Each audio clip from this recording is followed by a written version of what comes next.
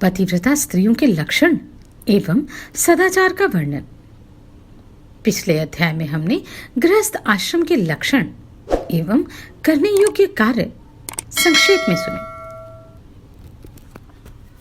वशिष्ठ जी कहते हैं, राजन, मैं सतियों के उत्तम व्रत का वर्णन करता हूं, सुनो। पति कुरूप हो या दुराचारी, अच्छे स्वभाव का हो या बुरे स्वभाव का, रोगी, पिशाच, क्रोधी, बूढ़ा, चालाक, नेत्रहीन, बधिर, भयंकर स्वभाव का, दरिद्र, कंजूस, घृणित, कायर, धूर्त अथवा परस्त्री लंपट हुई क्यों न हो। सती साध्वी स्त्री के लिए वाणी, शरीर और क्रिया द्वारा देवता की भांति पूजनीय है। स्त्री को कभी किसी प्रकार भी अपने स्वामी के साथ अनुचित बर्ताव नहीं करना चाहिए। स्त्री बालिका हो या युवती अथवा वृद्धा ही क्यों न हो, उसे अपने घर पर भी कोई काम स्वतंत्रता से नहीं करना चाहिए। अहंकार और काम क्रोध का सदा ही परित्याग करके केवल अपने पति का ही मनोरंजन करना उचित है, दूसरे पुरुष का नहीं। पर पुरुषों के काम भाव से देखने पर प्रिय लगने वाले वचनों द्वारा प्रलोभन में डालने पर अथवा जनसमूह में दूसरों के शरीर से छू जाने पर भी जिसके मन में कोई विकार नहीं होता, तथा जो पर पुरुष द्वारा धन का लोभ दिखाकर लुभाई जाने पर भी मन, वाणी, शरीर और क्रिया से कभी पराये पुरुष का सेवन नहीं करती, वही सती है। वह संपूर्ण लोकों की शोभा है। सती स्त्री दूत के मुख से प्रार्थना करने पर बलपूर्वक पकड़ी जाने पर भी दूसरे पुरुष का सेवन नहीं करती, जो पराये पुरुषों के देखने पर स्वयं उनकी ओर नहीं देखती, हंसने पर भी नहीं हंसती तथा औरों के बोलने पर भी स्वयं उनसे नहीं बोलती। वह उत्तम लक्षणों वाली स्त्री साध्वी पतिव्रता है। रूप और यौवन से संपन्न तथा संगीत की कला में निपुण सती साध्वी स्त्री अपने ही जैसे योग्य पुरुष को देखकर भी कभी मन में विकार नहीं लाती, जो सुंदर, तरुण, रमणीय और कमिनियों को प्रिय लगने वाले पुरुषों का भी कभी इच्छा नहीं करती। उसे महासती जानना चाहिए। पराया पुरुष देवता, मनुष्य अथवा गंधर्व कोई भी क्यों ना हो, वह सती स्त्री को प्रिय नहीं होता। पत्नी को कभी भी ऐसा कार्य नहीं करना चाहिए जो पति को अप्रिय जान पड़े। जो पति के भोजन कर लेने पर भोजन करती, उनके दुखी होने पर दुखित होती, पति के आनंद में ही आनंद मनाती, उनके परदेश चले जाने पर मलिन वस्त्र धारण करती, पति के सो जाने पर सोती और पहले ही जग जाती हो, पति की मृत्यु हो जाने पर उनके शरीर के साथ ही चिता में जल जाती और दूसरे पुरुष को कभी भी अपने मन में स्थान नहीं देती। उस स्त्री को पतिव्रता जानना चाहिए। पतिव्रता स्त्री को अपने सास ससुर तथा पति में विशेष भक्ति रखनी चाहिए। वह धर्म के कार्य में सदा पति के अनुकूल रहे, धन खर्च करने में संयम से काम ले, संभोग काल में संकोच न करे और अपने शरीर को सदा पवित्र बनाए रखे। पति की मंगल कामना करे, उनसे सदा प्रिय वचन बोले, मांगलिक कार्य में संलग्न रहे और घर को सजाती रहे और घर की प्रत्येक वस्तु को प्रतिदिन साफ सुथरी रखने की चेष्टा करे। खेत से, वन से अथवा गांव से लौटकर जब पतिदेव घर पर आवे तो उठकर उनका स्वागत करे, आसन और जल देकर अभिनंदन करे, बर्तन और अन्न साफ रखे, समय पर भोजन बनाकर दे, संयम से रहे, अनाज को छिपा कर रखे, घर को झाड़ बुहार कर स्वच्छ बनाए रखे। गुरुजन, पुत्र, मित्र, भाई बंधु, काम करने वाले सेवक, अपने आश्रय में रहने वाले वृद्ध, दास दासी, अतिथि, अभ्यागत, सन्यासी तथा ब्रह्मचारी लोगों को आसन और भोजन देने, सम्मान करने और प्रिय वचन बोलने में तत्पर रहे। मुख्य गृहिणी को सदा ही समय समय पर उपर्युक्त व्यक्तियों की यथोचित सेवा के कार्य में दक्ष होना चाहिए। पति घर का खर्च चलाने के लिए अपनी पत्नी के हाथ में जो द्रव्य दे, उससे घर की सारी आवश्यकता पूर्ण करके पत्नी अपनी बुद्धि के द्वारा उसमें से कुछ बचा ले। पति ने दान करने के लिए जो धन दिया हो, उसमें से लोभवश कुछ बचा कर न रखें। स्वामी की आज्ञा लिए बिना अपने बंधुओं को धन न दे। दूसरे पुरुष से वार्तालाप, असंतोष, पराये कार्यों की चर्चा, अधिक हंसी, अधिक रोष और क्रोध उत्पन्न होने के अवसर का सर्वथा त्याग करे। जो पदार्थ ना खाएं, ना पी, ना मुंह में डाले, वह सब पतिव्रता स्त्री को छोड़ देने चाहिए। स्वामी परदेश में हो तो स्त्री के लिए तेल लगाकर नहाना, शरीर में उपटन लगाना, दांतों में मंजन लगाकर धोना, केशों को संवारना, उत्तम पदार्थ भोजन करना, अधिक समय तक कहीं बैठना, नए नए वस्त्रों को पहनना और श्रृंगार करना निषेध है। राजन, त्रेता से लेकर प्रत्येक युग में स्त्रियों को प्रतिमास ऋतु धर्म होता है। उस समय पहले दिन चांडाल जाति की स्त्री के समान पत्नी का स्पर्श वर्जित है। दूसरे दिन वह ब्राह्मण की हत्या करने वाली स्त्री के तुल्य अपवित्र मानी गई है। तीसरे दिन उसे धोबिन के तुल्य बताया गया है। चौथे दिन स्नान करके वह शुद्ध होती है। रजस्वला स्त्री स्नान, शौच, जल से होने वाली शुद्धि, गाना, रोना, हंसना, यात्रा करना, अंगराग लगाना, उपटन लगाना, दिन में सोना, दातन करना, मन या वाणी के द्वारा भी मैथुन करना तथा देवताओं का पूजन और नमस्कार करना छोड़ दे। पुरुषों को भी चाहिए कि वह रजस्वला स्त्री से स्पर्श और वार्तालाप न करें तथा पूर्ण प्रयत्न करके उसके वस्त्रों का भी संयोग न होने दें। रजस्वला स्त्री स्नान करने के पश्चात पराये पुरुष की ओर दृष्टि न डाले। सर्वप्रथम वे सूर्य देव का दर्शन करे, उसके बाद अपने अंतःकरण की शुद्धि के लिए ब्रह्मकूर्ज अर्थात पंचगव्य का अथवा केवल दूध का पान करे। साध्वी स्त्री नियम पूर्वक शास्त्रोक्त विधि के अनुसार जीवन व्यतीत करे। आभूषणों से विभूषित होकर परम पवित्र भाव से स्वामी के प्रिय तथा हित में संलग्न रहने के लिए वह पति के पास जाए। यदि स्त्री गर्भवती हो तो उसे नीचे लिखे हुए नियमों से रहना चाहिए। वह आत्मरक्षा पूर्वक सुंदर आभूषण धारण करके वास्तु पूजन में तत्पर रहे। उसके मुख पर प्रसन्नता छाई रहे। बुरे आचार विचार की स्त्रियों से बातचीत न करे। सूप की हवा से बचकर रहे। जिसके बच्चे हो होकर मर जाते हों अथवा जो बंध्या हो, ऐसी स्त्री के साथ संसर्ग न करे।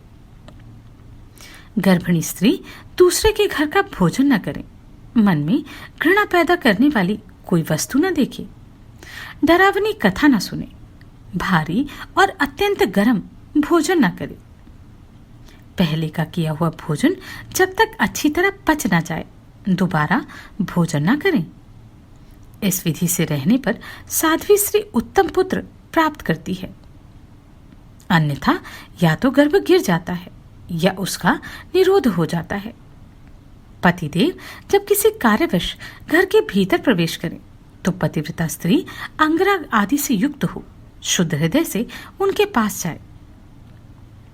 तरुणी, सुंदरी, पुत्रवती, ज्येष्ठा अथवा कनिष्ठा कोई भी क्यों न हो, परोक्ष में या सामने अपनी किसी सौत की गुणहीन होने पर भी निंदा न करें।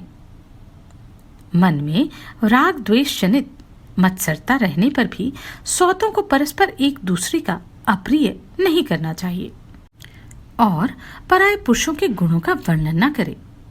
पति से दूर न रहे। सदा अपने स्वामी के समीप ही निवास करे। निर्दिष्ट भूभाग में बैठकर सदा प्रियतम की ओर ही मुख किए रहे। स्वच्छंदता पूर्वक चारों दिशाओं की ओर दृष्टि न डाले। पराये पुरुष का अवलोकन न करे। केवल पति के मुख कमल को ही हाव भाव से देखे। पतिदेव यदि कोई कथा कहते हो तो स्त्री उसे बड़े आदर के साथ सुने। पति बातचीत करते हो तो स्वयं दूसरे से बात न करे। यदि स्वामी बुलाएं तो शीघ्र ही उनके पास चली जाए। पतिदेव उत्साहपूर्वक गीत गाते हों तो प्रसन्नचित्त होकर सुने और प्रियतम के नृत्य करते समय उन्हें हर्षभर नेत्रों से देखे। पति को शास्त्र आदि में चतुरता, विद्या और कला में प्रवीणता दिखलाते देख पत्नी आनंद में निमग्न हो जाए। पति के समीप उद्वेग और व्यग्रतापूर्ण हृदय लेकर ना ठहरें। उनके साथ प्रेम शून्य कलह न करें। स्वामी कलह करने के योग्य नहीं है, ऐसा जानकर स्त्री कभी अपने लिए, अपने भाई के लिए या अपनी सौत के लिए क्रोध में आकर उनसे कलह न करें। फटकारने, निंदा करने और अत्यंत ताड़ना देने के कारण व्यथित होने पर भी पत्नी अपने प्रियतम को भय छोड़कर गले लगाए। स्त्री जोर जोर से विलाप न करे, दूसरे लोगों को ना पुकारे और अपने घर से बाहर न भागे। पति से कोई विरक्ति सूचक वचन न कहे। सती स्त्री उत्सव आदि के समय यदि भाई बंधुओं के घर जाना चाहे तो पति की आज्ञा लेकर किसी अध्यक्ष के संरक्षण में रहकर वहां जाए। वहां अधिक काल तक निवास न करे, शीघ्र ही अपने घर लौट आए। यदि पति कहीं की यात्रा करते हों तो उस समय मंगल सूचक वचन बोलें। ना जाइए कहकर पति को ना रोके, ना यात्रा के समय रोए ही। पति के परदेश जाने पर स्त्री कभी अंगराग ना लगाए, केवल जीवन निर्वाह के लिए प्रतिदिन कोई उत्तम कार्य करे। यदि स्वामी जीविका का प्रबंध करके परदेश में जाए तो उनकी निश्चित की हुई जीविका से ही गृहिणी को जीवन निर्वाह करना चाहिए। पति के न रहने पर स्त्री सास ससुर के समीप ही शयन करे और किसी के नहीं। वह प्रतिदिन प्रयत्न करके पति के कुशल समाचार का पता लगाती रहे। स्वामी की कुशलता जानने के लिए दूत भेजे तथा प्रसिद्ध देवताओं से याचना करे। इस प्रकार जिसके पति परदेश गए हों वह पतिव्रता स्त्री को ऐसे ही नियमों का पालन करना चाहिए। वह अपने अंगों को ना धोए, मैले कपड़े पहनकर रखे, बेंदी और अंजन ना लगाए, गंध और माला का भी त्याग करे, नख और केशों का श्रृंगार ना करे, दांतों को ना धोए। प्रोक्षित भृत्य का स्त्री के लिए पान चबाना और आलस्य के वशीभूत होकर बड़ी निंदा की बात है। अधिक आलस्य करना, सदा नींद लेना, सर्वदा कलह में रुचि रखना, जोर जोर से हंसना, दूसरों से हंसी परिहास करना, पराये पुरुषों की चेष्टा का चिंतन करना, इच्छानुसार घूमना, पर पुरुष के शरीर को दबाना, एक वस्त्र पहनकर बाहर घूमना, निर्लज्जता का बर्ताव करना और बिना किसी आवश्यकता के व्यर्थ ही दूसरे के घर जाना, ये सब युवती स्त्री के लिए पाप बताए गए हैं जो पति को दुख देने वाले होते हैं। सती स्त्री घर के सब कार्य पूर्ण करके शरीर में हल्दी का उपटन लगाए, फिर शुद्ध जल से सब अंगों को धोकर सुंदर श्रृंगार करे। उसके बाद अपने मुख कमल को प्रसन्न करके प्रियतम के समीप जाए। मन, वाणी और शरीर को संयम में रखने वाली नारी ऐसे बर्ताव से इस लोक में उत्तम कीर्ति पाती और परलोक में पति का सायुज्य प्राप्त करती है। देवताओं सहित संपूर्ण लोकों में पति के समान दूसरा कोई देवता नहीं है। जब पति देवता संतुष्ट होते हैं तो इच्छानुसार संपूर्ण भोगों की प्राप्ति कराते हैं और कुपित होने पर सब कुछ हर लेते हैं। संतान, नाना प्रकार के भोग, शैया, आसन, अद्भुत वस्त्र, माला, गंध, स्वर्गलोक तथा भांति भांति की कीर्ति, ये सब पति से ही प्राप्त होते हैं। इस प्रकार मुनिवर मृगशिंग धर्म, नय, नीति एवं गुणों में सबसे श्रेष्ठ सुव्रता आदि चारों पत्नियों के साथ चिरकाल तक अतिरात्र और वाजपेय आदि यज्ञों का अनुष्ठान करते रहे। वे नियम पूर्वक संसारी सुख भोगते थे, तथापि उनका अंतःकरण अत्यंत निर्मल था। वशिष्ठ जी कहते हैं, इस प्रकार गृहस्थ आश्रम में निवास करते हुए महामुनि मृगशिंग की पत्नी सुव्रता ने समय अनुसार एक पुत्र को जन्म दिया। इसके द्वारा पितृऋण से छुटकारा पाकर मुनिश्रेष्ठ मृगशृंग ने अपने को कृतार्थ माना और विधि पूर्वक नवजात शिशु का जातकर्म संस्कार किया। वे परम बुद्धिमान मुनि तीनों काल की बातें जानते थे, अतः उन्होंने पुत्र के भावी कर्म के अनुसार उसका नाम मृकंडू रखा। उसके शरीर में मृगगण निर्भय होकर कंडुयन करते थे, अपना शरीर खुजलाते या रगड़ते थे, इसलिए पिता ने उसका नाम मृकंडू रख दिया। मृकंडू मुनि उत्तम कुल में उत्पन्न होकर समस्त गुणों के भंडार बन गए थे। उनका शरीर प्रज्वलित अग्नि के समान तेजस्वी था। पिता के द्वारा उपनयन संस्कार हो जाने पर वे ब्रह्मचर्य का पालन करने लगे। उन्होंने पिता के पास जाकर संपूर्ण वेदों का अध्ययन किया। तत्पश्चात गुरु पिता की आज्ञा ले द्वितीय आश्रम को स्वीकार किया। मुद्गल मुनि की कन्या मरुद्वती के साथ मृकंडू मुनि का विवाह हुआ। तदनंतर मृगशृंग मुनि की दूसरी पत्नी कमला ने भी एक उत्तम पुत्र को उत्पन्न किया। वह सदाचार, वेदाध्ययन, विद्या और विनय में सबसे उत्तम निकला, इसलिए उसका नाम उत्तम रखा गया। पिता के उपनयन संस्कार कर देने पर उत्तम मुनि ने भी संपूर्ण वेदों का अध्ययन करके विधि पूर्वक विवाह किया। कमनीय केश कलाप और मनोहर रूप से युक्त कमल के समान विशाल नेत्र तथा कल्याणमय स्वभाव वाली कण्व मुनि की कन्या कुशा को उन्होंने पत्नी रूप में ग्रहण किया। विमला ने भी सुमति नाम से विख्यात पुत्र को जन्म दिया। सुमति भी संपूर्ण वेदों का अध्ययन करके गृहस्थ हुए। उनकी स्त्री का नाम सत्या था। तत्पश्चात सुरसा के गर्भ से भी एक पुत्र का जन्म हुआ, जिसका नाम सुव्रत था। सुरसा कुमार सुव्रत ने भी संपूर्ण वेदों का अध्ययन समाप्त करके द्वितीय आश्रम में प्रवेश किया। पृथु की पुत्री प्रियंवदा सुव्रत की धर्मपत्नी थी। पिता ने अपने सभी पुत्रों से पर्याप्त दक्षिणा वाले यज्ञों का अनुष्ठान करवाया। वे सभी पुत्र सेवा शुश्रूषा में संलग्न हो प्रतिदिन पिता का प्रिय करते थे। उत्तम लक्षणों वाली पुत्र वधुओं, वेदों के पारगामी कल्याणमय पुत्रों तथा उत्तम गुणों वाली धर्मपत्नियों से सेवित हो मृगशृंगी मुनि गृहस्थ धर्म का पालन करने लगे। सुमति, उत्तम तथा महात्मा सुव्रत को भी पृथक पृथक अनेक पुत्र हुए, जो वेदों के पारगामी विद्वान थे। माघ मास आने पर मुनिवर मृगशृंग अपनी धर्मपत्नियों, पुत्रवधुओं, पुत्रों तथा पौत्रों के साथ प्रातःकाल स्नान करते थे। वे एक माघ भी कभी व्यर्थ नहीं जाने देते थे। माघ आने पर स्नान, दान, शिव की पूजा, व्रत और नियम ये गृहस्थ आश्रम के भूषण हैं। यह सोचकर वे द्विजश्रेष्ठ प्रत्येक माघ में प्रातः स्नान किया करते थे। इस प्रकार सांसारिक सुख सौभाग्य का अनुभव करके उन महामुनि ने अपनी धर्मपत्नियों का भार पुत्रों को सौंप दिया और ग्रहपत्य अग्नि को अपनी आत्मा में स्थापित कर लिया। फिर पुत्र के पुत्र का मुख देख और अपने शरीर को अत्यंत जराग्रस्त जानकर तपोनिधि मृगशृंग ने तपस्या करने के लिए तपोवन को प्रस्थान किया। वहां पत्ते चबाने, छोटे छोटे तालाबों में जल पीने, संसार से उद्विग्न होने तथा रेतीली भूमि में निवास करने के पश्चात वे मृगों के समान धर्म का पालन करने लगे। मृगों के झुंड में चिरकाल तक विचरण करने के पश्चात उन्होंने ब्रह्मलोक प्राप्त किया। वहां 4 मुखों वाले ब्रह्मा जी ने उनका अभिनंदन किया।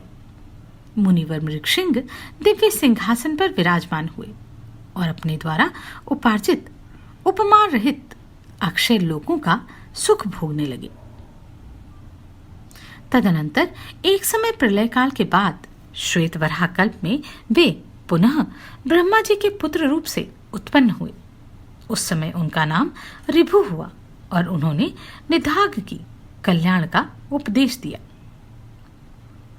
शील और सदाचार से संपन्न उनकी 4 पत्नियां पुत्रों के आश्रय में रहकर कुछ दिनों तक कठोर व्रत का पालन करती रहीं। तत्पश्चात जीवन के अंतिम भाग में बुढ़ापे के कारण उनके बाल श्वेत हो गए, उनकी कमर झुक गई, मुंह में एक ही 2 दांत रह गए तथा इंद्रियों की वृत्तियां प्राय नष्ट हो गई। मुनिश्रेष्ठ मृकंडू के मरुद्वती से कोई संतान नहीं हुई। उन्होंने माताओं की वैसी अवस्था देख मन ही मन इस प्रकार विचार किया, मैं माताओं को साथ ले स्त्री सहित भगवान शंकर की राजधानी में जाऊंगा, जहां वे मुमुक्षु पुरुषों के कानों में तारक मंत्र का उपदेश दिया करते हैं। ऐसा निश्चय करके उन्होंने काशीपुरी की ओर प्रस्थान किया। वे मार्ग में काशी की महिमा का इस प्रकार बखान करने लगे। मृकंडू बोले, जो माता, पिता और अपने बंधुओं द्वारा त्याग दिए गए हैं, जिनकी संसार में कहीं भी गति नहीं है, उनके लिए काशीपुरी भी उत्तम गति है। जो जरावस्था से ग्रस्त और नाना प्रकार के रोगों से व्याकुल हैं, जिनके ऊपर दिन रात पग पग पर विपत्तियों का आक्रमण होता है, जो कर्मों के बंधन में आबद्ध और संसार से तिरस्कृत है, जिन्हें राशि राशि पापों ने दबा रखा है, जो दरिद्रता से परास्त, योग से भ्रष्ट तथा तपस्या और दान से वर्जित है, जिनके लिए कहीं भी गति नहीं है, उनके लिए काशीपुरी ही उत्तम गति है। जिन्हें भाई बंधुओं के बीच पग पग पर मानहानि उठानी पड़ती है, उनको एकमात्र भगवान शिव का आनंद कानन काशीपुरी ही आनंद प्रदान करने वाला है। आनंद कानन काशी में निवास करने वाले दुष्ट पुरुषों को भी भगवान शंकर के अनुग्रह से आनंद जनित सुख की प्राप्ति होती है। काशी में विश्वनाथ रूपी आग की आंच से सारे कर्ममय बीज भुन जाते हैं। अतः वह काशी तीर्थ, जिनकी कहीं भी गति नहीं है, ऐसे पुरुषों को भी उत्तम गति प्रदान करने वाला है। वहां संसार रूपी सर्प से डसे हुए जीवों को अपने दोनों हाथों से पकड़कर भगवान शंकर उनके कानों में तारक ब्रह्म का उपदेश देते हैं। कपिल देव जी के बताए हुए योगानुष्ठान से, सांख्य से तथा व्रतों के द्वारा भी मनुष्य को जिस गति की प्राप्ति नहीं होती, उसे यह मोक्ष भूमि काशीपुरी अनायास ही प्रदान करती है। यह काशी की प्राप्ति ही योग है, यह काशी की प्राप्ति ही तप है, यह काशी की प्राप्ति ही दान है, और यह काशी की प्राप्ति ही शिव की पूजा है। यह काशी की प्राप्ति ही यज्ञ है, यह काशी की प्राप्ति ही कर्म है, यह काशी की प्राप्ति ही स्वर्ग, और यह काशी की प्राप्ति ही सुख है। काशी में निवास करने वाले मनुष्यों के लिए काम, क्रोध, मद, लोभ, अहंकार, मात्सर्य, अज्ञान, कर्म, जड़ता, भय, काल, बुढ़ापा, रजोगुण और बिंद बाधा क्या चीज है, ये उनका कुछ भी बिगाड़ नहीं सकते। अपनी माताओं का मार्ग जनित कष्ट दूर करने के लिए इस प्रकार की बातें करते हुए मृकंडु मुनि धीरे धीरे चलकर माताओं सहित काशीपुरी में जा पहुंचे। वहां उन मुनि ने बिना विलंब किए सबसे पहले मणिकर्णिका के जल में विधि पूर्वक वस्त्र सहित स्नान किया। तत्पश्चात संध्या आदि के शुभ कर्मों का अनुष्ठान करके पवित्र हो उन्होंने चंदन और कुश मिश्रित जल से संपूर्ण देवताओं और ऋषियों का तर्पण किया। फिर अमृत के समान स्वादिष्ट पकवान, शक्कर मिली हुई खीर तथा गौरस से संपूर्ण तीर्थ निवासियों को पृथक पृथक तृप्त करके अन्नदान, धान्यदान, गंध, चंदन, कपूर, पान और सुंदर वस्त्र आदि के द्वारा दीनों एवं अनाथों का सत्कार किया। उसके बाद भक्ति पूर्वक ढुंढिडराज गणेश के शरीर में घी और सिंदूर का लेप किया और 5 लड्डू चढ़ाकर आत्मीय जनों को विघ्न बाधाओं के आक्रमण से बचाते हुए अंतः क्षेत्र में प्रवेश किया। वहां समस्त आवरण देवताओं की यथाशक्ति पूजा की। तदनंतर महामना मृकंडू ने भगवान विश्वनाथ को नमस्कार और उनकी स्तुति करके माताओं के साथ विधि पूर्वक क्षत्रोपवास किया। विश्वनाथ जी के समीप उन्होंने जागकर रात बिताई और निर्मल प्रभात होने पर एकाग्रचित हो मणिकर्णिका के जल में स्नान किया। सारा अनुष्ठान पूरा करके नियमों का पालन करते हुए पवित्र हो वेद वेदांगों के पारगामी महात्मा ब्राह्मणों के साथ अपने नाम से एक शिवलिंग की स्थापना की जो सब प्रकार की सिद्धियों को देने वाला है। उनकी चारों माताओं ने भी अपने अपने नाम से एक एक शिवलिंग की स्थापना की।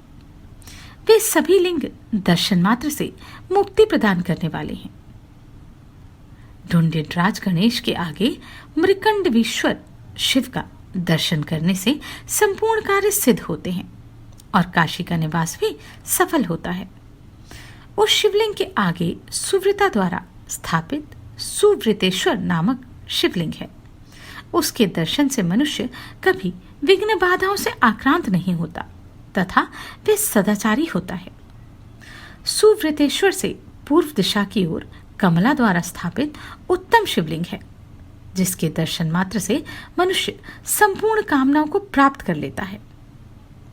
ढूंढिनराज गणेश की देहली के पास विमला द्वारा स्थापित विमलेश्वर का स्थान है। उस लिंग के दर्शन से निर्मल ज्ञान की प्राप्ति होती है। विमलेश्वर से ईशान कोण में सुरसा द्वारा स्थापित सुरसेश्वर नामक शिवलिंग है। उसके दर्शन से मनुष्य देवताओं का साम्राज्य प्राप्त करके काशी में आकर मुक्त होता है। मणिकर्णिका से पश्चिम मरुद्वती द्वारा पूजित शिवलिंग है जिसके दर्शन मात्र से मनुष्य फिर जन्म नहीं लेता। इस प्रकार शिवलिंग की स्थापना करके वे सब लोग 1 वर्ष तक काशी में ठहरे रहे। बारंबार उस विचित्र एवं पवित्र क्षेत्र का दर्शन करने से उन्हें तृप्ति नहीं होती थी। मृकंडु मुनि 1 वर्ष तक प्रतिदिन तीर्थ यात्रा करते रहे किंतु वहां के संपूर्ण तीर्थों का पार ना पा सके क्योंकि काशीपुरी में पग पग पर तीर्थ है। एक दिन मृकंडु मुनि की माताएं जो पूर्ण ज्ञान से संपन्न थी मणिकर्णिका के जल में दोपहर को स्नान करके शिव मंदिर की प्रदक्षिणा करने लगी। इससे परिश्रम के कारण उन्हें थकावट आ गई और सब की सब मरणासन होकर वहीं गिर पड़ी। उस समय परम दयालु काशीपति भगवान शिव बड़े वेग से वहां आए और उन्होंने हाथों से स्नेहपूर्वक उन सब के मस्तक पकड़कर एक ही साथ कानों में प्रणव मंत्र का उच्चारण किया। यह मृकंडु ऋषि वही थे ना जिनका पुत्र मार्कंडेय इतना प्रसिद्ध हुआ। नमस्कार, मैं आभा शर्मा जावास। यदि आपको मेरा ये प्रयत्न सराहनीय लगा हो तो मुझे सब्सक्राइब करके प्रोत्साहित करें।